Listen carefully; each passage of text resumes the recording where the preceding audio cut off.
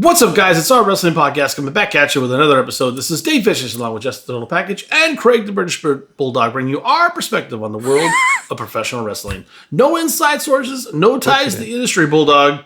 Just stories from the diehards, sharing opinions with you. Today's topic, what happened to Doom? For audio fans, give us a listen on Apple, Spotify, and iHeartRadio. And for video, check us out on YouTube at Our Wrestling Channel. And look to your left for several other video options that the Jesse Poo has provided for you. And please make him happy with a follow on Instagram at O.W.P 2019.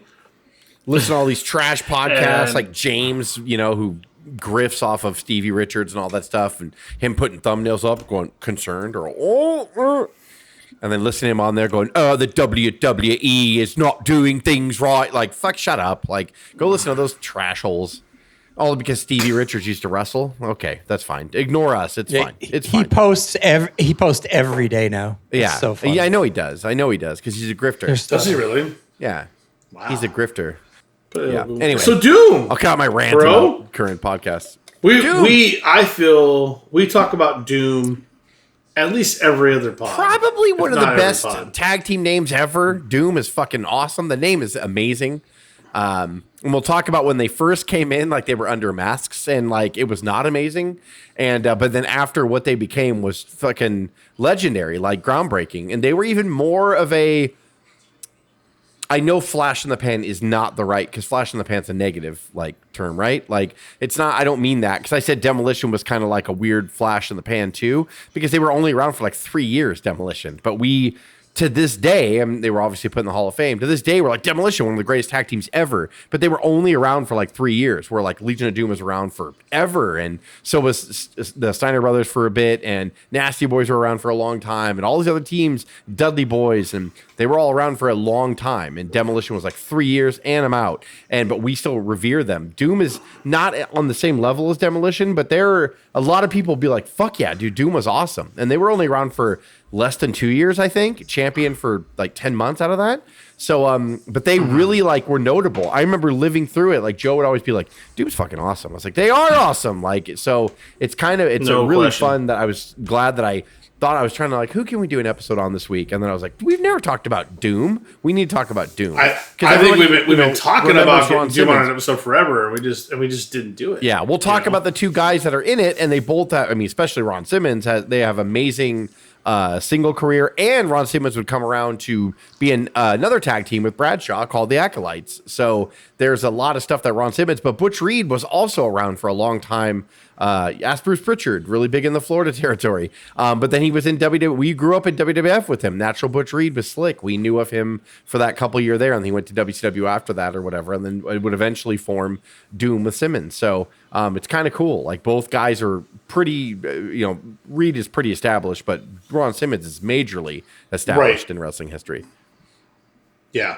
I would say Butch had the fame before Ron did, and then Ron surpassed him. Yeah. That's basically that's fair. The way that it kind of went. So let's jump into the origins from 89 to 90. They were actually a formation in World Championship Wrestling, WCW, under a mysterious masked gimmick. The best part for me, they were introduced as a silent face-painted masked enforcers managed by Woman. We love Woman. We miss Woman. We don't have to get too far into it, but I think she's one of the best valets out there. Her and Elizabeth she's not Elizabeth, but she's up there. That's what I'd say. One of the best. Loved Woman when she was out there bringing in new talent or just talent that needed a little bit of an extra push. She found a way to fit into so many roles, and she was great. They were initially pushed as unstoppable, but struggled to connect with the audiences due to the lack of identity and no. Yeah, I don't know, or they were wearing masks that covered their face, and like really like right. The whole thing about Doom was Woman was ending a kind of a feud with Rick Steiner. She was like when Rick Steiner was a singles wrestler. It's the reason why Scott got brought in as his partner was because Woman was like this fan, and she was sort of like a nerdy fan, and then she loved Rick, but it was all a swerve, bro. And she ended up turning heel on Rick Steiner, and so she introduced Doom to kind of come in and be with her, and then that's when he brought his brother Rick into the fold. So Scott, excuse me. So Scott Steiner debuted around that time too, and that's really they kind of came in.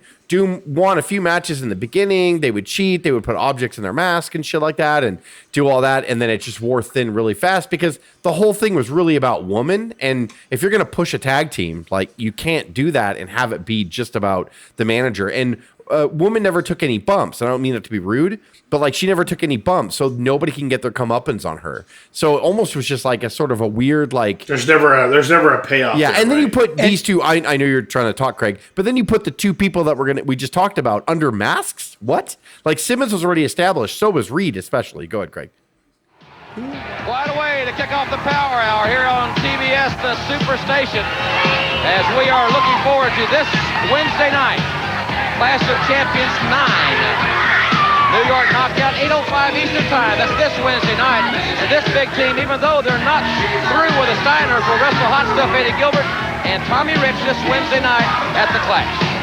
Jim, did you see that close-up as Woman was walking to the ring? If looks could kill, well, she'd make the Black Plague look like a bad cold. There's a bodyguard called Nitron that debuted with them with Woman. That's and right. I do not remember this. He was like who her is bodyguard who on the top fuck of it. is Nitron? She had two stud-like men as a tag team, but she needed a bodyguard. Yeah, I don't even know. I think he was like, I'll try to figure it out or play a clip or whatever, but he never went anywhere after this. Like, so a lot of people, when the internet was in its infancy, they're like, that's Kevin Nash. Well, that's not Kevin Nash. It's not Kevin Nash. I'm going to ask ChatGPT as we're talking. Let's get a lick of water to find out. It's all John Nash, Kevin Nash's brother. Ric Flair was Nitron. Ric Flair. Canadian wrestler turned actor Daryl Carolot, best known today as Tyler Mane. Oh, sure. Neither of those resonate with me. Okay. Thank you. Thanks, ChatGPT, for nothing. Continue, Dave. I'm sorry. Tyler Mane. You guys know Tyler Mane. Tyler Mane from Doom. We did a little From Doom.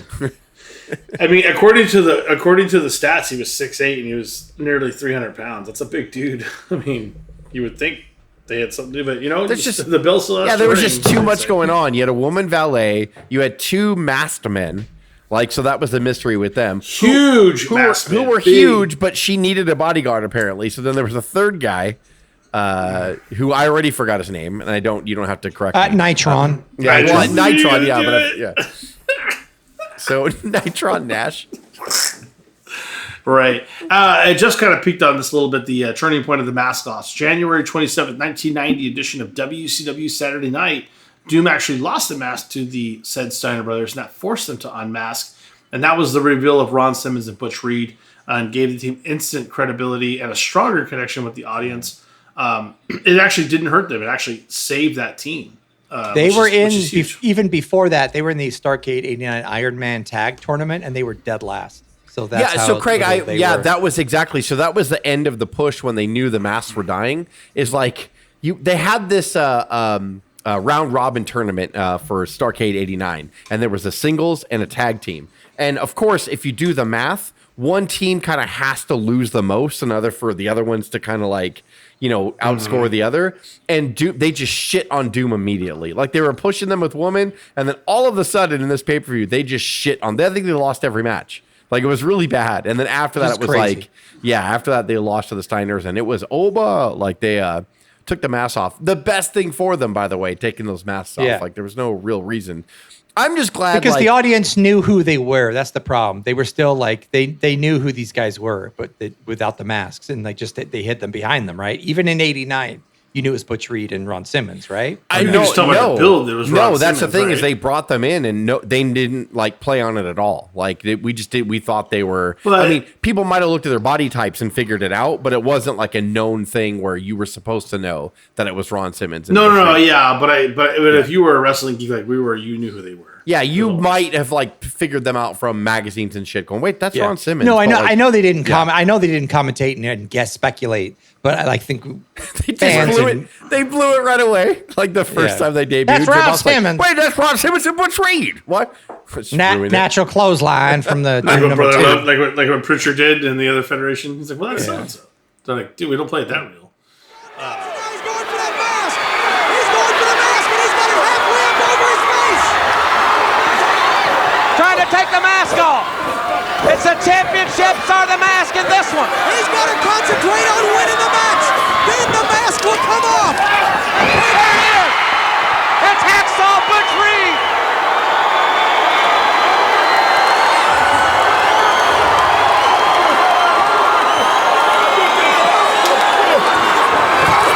Rick Steiner's got the mask. He's got him rolled up. 1, 2, 3. The Steiners have won it. Basically, after that tournament goes down, woman quietly steps aside. They split Bye-bye. Bye-bye. But Teddy Long steps in and their manager in early of And then 1990. made them wrestle The Undertaker. The Undertaker. Oh, sorry. Holla, That's holla. Holla, holla tonight, you got to wrestle The Undertaker. Oh no. I still those suits were the best. Those were the Teddy best Long suits. was I love good. I liked it. Yeah. He's great. No, and he was actually what they needed. Like Hall of Famer. this team was fucking awesome. Like, and they had no mask anymore, and they just came. They were Ron Simmons, Butch Reed, the team of Doom, and Theodore all along. Like, it just clicked instantly. And then, Right. and then the bookers were like, "Yeah, so we're just gonna push them really hard." And it's like, okay, Right. like, yes, this is what you should do. Yeah, and Teddy gave him a stronger voice, clearer direction, more grounded, street tough presentation, and they went from And they were scared to death of the Undertaker. If they lost, they did not want to Yeah. have to answer to Yeah, it. I wouldn't have gone. The guy who Yeah, I was wouldn't have done that. the guy who was Yeah, So they went to that. Even they in went to '89, he was SmackDown commissioner, which is crazy. 89. SmackDown wasn't even a thing. It's hilarious. That's awesome. So it basically they shifted from a mysterious gimmick to like dominant, no nonsense powerhouse team. Long's promo ability was the missing piece that completed him. Because if I'm being really honest, woman was not the best at promoting. She was there as the valet. That was the job of it, right? So this brings it all together. That's all I'm saying. So we get to 1990. We got that peak dominance, and they feud with the Steiners quite a bit. They win the WCW World Tag Team Titles on May 19th, 1990 at Capital Combat. I still Helped think by it's funny. RoboCop. No, he wasn't. Yeah, RoboCop. He awarded them helped the in every belts. match. Yeah, he assisted. And 2 fight outside and 2 Oh, inside. Scott Steiner's shoulder ran right into the steel ring post. Simmons back in, double axe handle blow. Long is, wait a minute. They double team Rick Steiner from the second row. Can they hold him down? He did. No!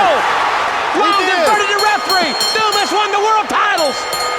Ladies and gentlemen, the winners and new World Tag Team Champions, Ron Simmons, Butch Reed, the team of Doom. Steiner Brothers.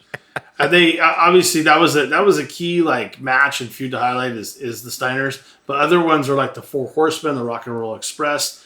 They did a lot of work, and their blend of styles, like their brute force with like speed and technique, those different types of teams. You would And get to have you it would for kinda get a 9 rally. months during this period with this tag team roster, to have it 9 months, that's a hell That's of a a long run. time. That's a long Yeah, time. and the feud with the Horsemen was And- actually pretty good too. Like for the most part, it was confusing because it was right around the time where Rick like broke away.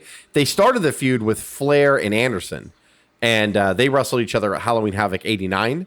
No, excuse me, I'm sorry, Halloween Havoc '90.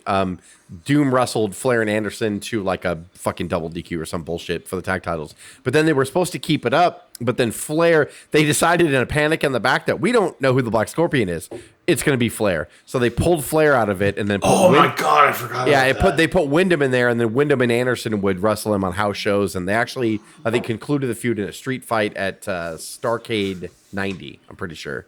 Why couldn't they have Flair wrestle twice as the Black Scorpion and Flair to like stop? Yeah, that would actually throw us off even more if Flair wrestled earlier in the night, like in a tag match. Yeah, well, I very, very vividly remember Barry and I. We had a street fight. I think it was St. Louis. Matter of fact, it was a hell of a fight. Ron Simmons is a beast, and let me tell That's you when he something. introduced himself to you. I found out pretty quickly who he was, Yeah. and his partner Butch Reed is no slouch. Those guys were a great team, probably really underrated. So the reason why Doom kind of parents worked were there. best against those faster, more agile opponents is because they could easily just do one power move and wreck the entire segment of moves that these faster, younger, guys are doing. Take out the legs. massive tag team work, and then Doom would just take one big clothesline, one big hit, and just totally kill that momentum. And it was so powerful and fun to watch. And like you said, you enjoy looking at you like Doom's fucking awesome. Like, yeah, they're awesome. Yeah. They legit. They could brawl. They could do athletic stuff. They were really great. Really good. Really. They're a good mix of like. I mean, just Ron Simmons was fantastic. Right. Yeah. 100%. So in that early 1991 is kind of like the beginning of the end. They lose the WCW tag team titles February 24th, 1991. To the Fabulous Freebirds. That's Michael Hayes and Jimmy Garvin. That combination. What a shitty end for them. Like, I remember this match too. Yeah. Why lose to the Freebirds? I mean, Freebirds were fine. It was a weird forced match, and the match was terrible. And then on top of that, like, they forced this end, like where they were just forcing dissension. I think they really wanted to put like the accelerator on Simmons and try to get him to where he needed to be, because it's 1991 at Super Bowl. And he had 92 was his year. 92. Yeah, so they used... He wins the NWA title, right? Yes, they used Ron Simmons. It was officially WCW. They used Ron Simmons in 91 to break, because he actually faced Luger and failed that year at Halloween Havoc. So this was May of 91 that they split up. And then in October, he took Luger on in a 2 out of 3 falls match, in a match that was better than it had any right to be. That's the first time that we saw Simmons challenge for the world title. He failed there, but like they kind of kept him. And then a year later, he faces Vader in the late summer, I think, of 92, and beats him in a fucking house show. Because don't do it on the air. Not at all. Don't teach us who Ron Simmons is and make us love him and do that. Just do it at a house show. Just to rewind a little bit, there's the breakup. Their tension kind of builds up, and they do a feud between them, and they have a blow-off match actually at Super Bowl I at May of 91. So first man that gets it can use it. Anything goes, baby. Anything goes in a cage. That's a steel chain now Reed has. You got to watch out running. Reed missed the roundhouse. Oh, yeah. Wide busted. Yeah. He got it. He got it, baby. He got it. Ladies and gentlemen, here's your winner, Ron Simmons. Teddy Long had a plan, but it did not work. So Simmons and Butch Reed definitely kind of see that story through a little bit, even though it's probably a little rush. Simmons is victorious, and to your point, that solidifies the single role, and he moves on to win the WCW Championship in '92, which is that's actually a really fun one to watch as well. Butch's career is kind of winding down. We talked about it. He was the guy before Ron was the guy, and Ron kind of surpassed him, and Richard kind of rides off into the sunset, and Teddy continues to manage, and later becomes like a notable authority figure in wrestling. But back to Doom, their place in history. They're one of the most believable powerhouse teams, an important representation of a dominant black tag team champions in a major promotion. It wasn't something that you saw yet. I would argue that they paved the way for a lot of other people to come in of color, and Harlem Heat. It's a big deal. And Harlem Heat, was soon after this with Sherry, which we love that tag team too. It's one of our favorites. One of the best soundtracks in the world. Harlem Heat intro music is fantastic. And then Harlem Heat would lose to the Freebirds. I'm just kidding. I wouldn't doubt it. And we talked about it briefly, but Ron would go on after winning World Championship gold. He would go on to WWE, and like you said, the Acolytes, but also we know them more as APA, right? Yeah.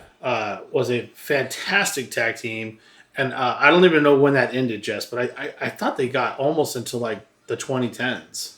No, not they might have came back and sort of like reformed and stuff, but active wise, I think they lasted to like 2002. I mean, that's still a long run, but like, yeah, the APA. Yeah, the APA. Yeah. Not bad at all. And Simmons always looked the part, man. He's incredible, and even had his own catchphrase. Forever and ever, we still use it. No, so I have another catchphrase. Yeah, I don't know when this was from, and if you would allow me to do my Ron Simmons impression, it's tasteful. I love it. I'm gonna do my Ron Simmons. Is it? It's the only. It's not. Damn. It's not that. Like because that's everybody. There. I don't know Everybody knows what that. interview it was or whatever. I cannot remember who he was cutting the promo on. Anything like that. But here we go. Ron Simmons. I'm gonna say you up. What do you want me to say? No. Here we go. Ready? Okay. I'm not afraid of anything. Thank you. That's my Ron Simmons. Well I done. don't remember. I don't know who he was cutting the promo about, but he just like proudly just said, "I'm not afraid of anything," and I just remember that, like more than damn or whatever. I think of Ron Simmons in my head. If anybody mentions Ron Simmons, I think I'm not afraid of anything, and that's I don't know why. I don't know why that's my. Thank you very much. That's my Ron Simmons. And he kind of wasn't. So it's right. And that's why. And he's truly not afraid of much. I don't think. Quick story. No, I'll tack it on the please. end or whatever. And it was Flair was like I think the Steiners were fucking ribbing Butch Reed, and they were a team. Doom was already at this point, and I think Flair said he walked up to Ron Simmons, and Ron Simmons was just kind of shaking his head, just annoyed that Reed was even allowing them to kind of fuck with them and rib him or whatever. And he was taking his boots off, and Flair said something like, "He's like, how come they don't fuck with you like that?" And he looked at him and he's like, "Rick, that's because I'm unfuckable." And he just leaned back down. He looked back down and kept on doing his boots. And Rick's like, "Yep, that's why nobody fucks with you." And nobody fucked with Ron Simmons like at all. And I don't mean that to be I know Reed's passed away, and I'm not saying that he was a pushover, but yeah, it was so funny that Flair just was like, "How come they never fuck with you like that?" He's like, "Because I'm fuckable. I'm unfuckable." Yeah.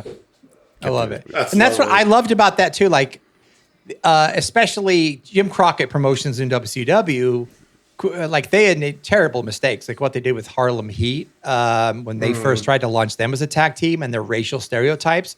Doom was just straight up. I'm glad you said that, Craig. Just great brutes, like.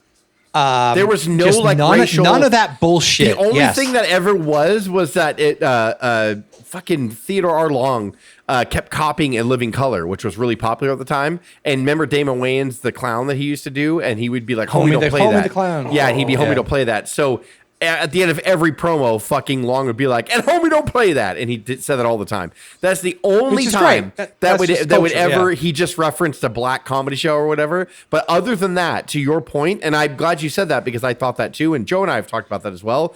They weren't like this play on any kind of black athlete or anything like that. They didn't have to have a weird affect. They didn't have to have like this weird thing that they're black. Get it? Like some kind of weird gimmick. It wasn't. They were just two big, strong fucking men who went in there and just walked through you. Like, and that's which was rare for Jim Crockett and that territory. Or and wrestling in general, WCW. not to beat up wrestling, but correct. Correct. It's very easy for territories to be like, well, you're going to be like Soul Man Jazz or whoever, like, they're going to be silly like that. And that's just what they're going to play. Yeah. If you got that work, you got that work back then, unfortunately. But like Doom was, I'm really glad you brought that up, Craig. Like they were like the first black tag team to just be like, no, we're just, we're not no black. bullshit. Yeah. We're not going to do anything like that's, references the color of our skin. We're just going to walk through people and beat the shit out of people. That's what we're going to do. And they were like a Demolition-esque, almost LOD kind of like no nonsense bullshit team. And I think that's amazing. That's why I think, it's funny at the beginning, I said it's really weird. Like they were around less than Demolition was, but people, I think that's why they talk about them, Craig, is because they were just, it's so funny when you kick the stereotypes and you just have them be who we see in front of us. Two in shape men, fucking frightening. Like, that's all you need to push, right? Toe-to-toe with the Warriors. They can toe-to-toe with the Steiners. And even in 92, I mean, Ron Simmons during his thing, like they had to do some bullshit with Harley Race. They had to do like some terrible, some things with that, despite the fact, I mean, they harped on the fact he was the first black champion, which is great, and they should. But like to get there, like, God forbid, like what they might have referenced a couple times that they were, I don't think they were the first black tag team champions in NWA, but I mean, like they might have referenced. I didn't even consider that. Yeah, but they might have referenced on commentary, but that's because Jim Ross was probably being factual because Jim Ross likes the facts and tells about what college they came from and all that. So that might have happened, but to your point, it was never a focus point. It was never something that they were like, oh, by the way, Doom. African American men, they won the tag title. They never said that, like, which is awesome. Like, never caricatures or stereotypes of what that fucking. Of course, that's why they're more remembered because when you just push people for who they are, it's fucking it works. Like you don't have to reference or cheap or cheap gimmicks. Like, I mean, good Lord. Or yeah, there was no tag teams that they feuded with that were just like that made a comment like Harley Race or what Triple H did to Booker T before WrestleMania 19 or anything like that. You didn't have to do that. Like they were just you looked at them and you were like, yeah, they scare me. That'll do it. That's really all we need at this point. That's a great. They were both together unfuckable. Yeah, they were unfuckable. That's great. Yeah, and let's take a moment to say like, why didn't Butch Reed reach the heights of Ron Simmons? Like obviously a bit of different work rate, but Reed had been in the game a lot longer. And different times. Like Reed came along. Reed came along at the end of the territories, and then he went to WWF as Natural Butch Reed, and he was actually supposed to win the IC title. We know that story where he was going to beat Steamboat. And Steamboat was going to hold it for a bit, and then Butch Reed was supposed to beat him. But I guess there was like a house show loop that Butch Reed missed or something like that. And Vince is like, well, like I don't want to depend on him. And that was right around the time. That was right around the time that Steamboat said, I'd like to take time off for my baby's being born. And Vince is like, fuck you. So he couldn't use Reed because Reed no showed. So he was just like Honky, and then they went with Honky, and the rest is history. Interesting. I didn't know that. And Butch Reed really after that just kind of toiled around. His last notable match was WrestleMania 4. He lost to Randy Savage in round 1 of the tournament, and he left. And then he went to WCW after that and was singles for a bit, because I remember Butch Reed coming into WCW shortly after that. I think he feuded with Sting or had a match with Sting and then like a couple other people. And then he went away, but he actually came back in the mask. At that point, and then they were doomed. So they repurposed Butch Reed. But yeah, it's kind of weird. It's kind of crazy that Butch Reed never had like huge single success really. Like Ron Simmons kind of took the baton, or they chose Ron Simmons for some reason. Yeah. Well, Butch Reed was older, and sometimes you're a product of the time. But his body was always great, even in WWF. I mean, they were all roided to the gills. But he it was a great touch with the blonde hair and natural Butch Reed. It was always a really fun gimmick. Yeah. But you could say that without Butch Reed, Ron Simmons may have not been a WCW champion. So it's the step to the next. And then Harlem Heat comes in, and then Booker becomes an even more dominant individual champion and goes on to have WWF success. For audio fans, give us a listen on Apple, Spotify, and iHeartRadio. And for video, check us out on YouTube at our Wrestling Channel. And, Love you, Doom. Please give us a follow at Instagram at O.W.P 2019. And give Mr. Simmons a damn the next time you see him. For the O.W.P, this is Thank you. Jess Craig and myself signing off. Have a good one.